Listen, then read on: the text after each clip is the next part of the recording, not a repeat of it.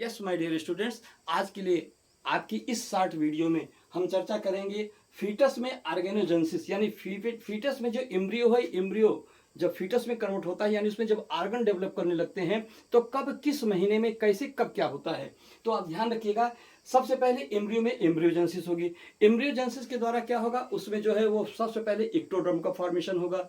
Ectoderm के बाद जो है फिर वो इंडोडर्म बनेगा। फिर एक्टोडर्म और विंडोडर्म के बीच में जो है मेसोडर्म डेवलप करता है। इस प्रकार से हमारा एम्ब्रियो जो है क्या हो जाता है, वो ट्रिप्लोब्लास्टिक हो जाता है। अब इसके बाद किस महीने में इसी इक्टोडर्म, इंडोडर्म, मेसोडर्म में कुछ स्पेसिफिक सेल होती हैं जिनको स्टेम सेल कहते हैं। इन स्टेम सेल का फंक्शन क्या होता है, ये किसी भी बॉडी के किसी भी ऑर्गन के टिश्यू को फॉर्म कर सकते हैं, यानी किसी भी ऑर्गन को बनाने में सक्षम होती हैं। इनमें टोटिपोटेंसी, पूर्ण सक्रियता का गुण होता है।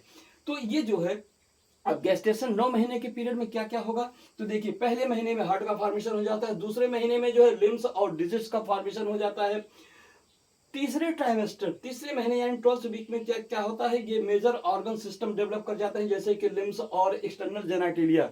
एक्सटर्नल जेनाटिलिया अब इस तीसरे महीने के बाद क्या करते हैं, सोनोग्राफी के द्वारा हम सेक्स को यानी जेंडर आइडेंटिफिकेशन कर सकते हैं उस एम्ब्रियो का। 5वें महीने में उस एम्ब्रियो में, फीटस में मूवमेंट शुरू हो जाता है और उसकी पूरी बॉडी, हेड पर जो है बाल आ जाते हैं। 24वें महीने में, यानी 24वें महीने में बॉडी जो है, पूरा बॉडी पतले महीन बालों से कवर हो जाता है। आंखों की पुतलियां जो है एक दूसरे से अलग हो जाती हैं, और जो आंखों की पुतलियों पर जो बाल होते हैं, आईलेस, वो डेवलप कर जाते हैं। 9वें महीने तक जाकर के फीटस क्या होता है, फुल्ली डेवलप हो जाता है। अब इसके बाद क्या होता है, फिर उसमें पार्चुरेशन का प्रोसेस चलता है। डियर स्टूडेंट्स, आज के लिए इतना ही। ये देख लीजिए और इसको स्क्रीनशॉट ले लीजिए। Thank you.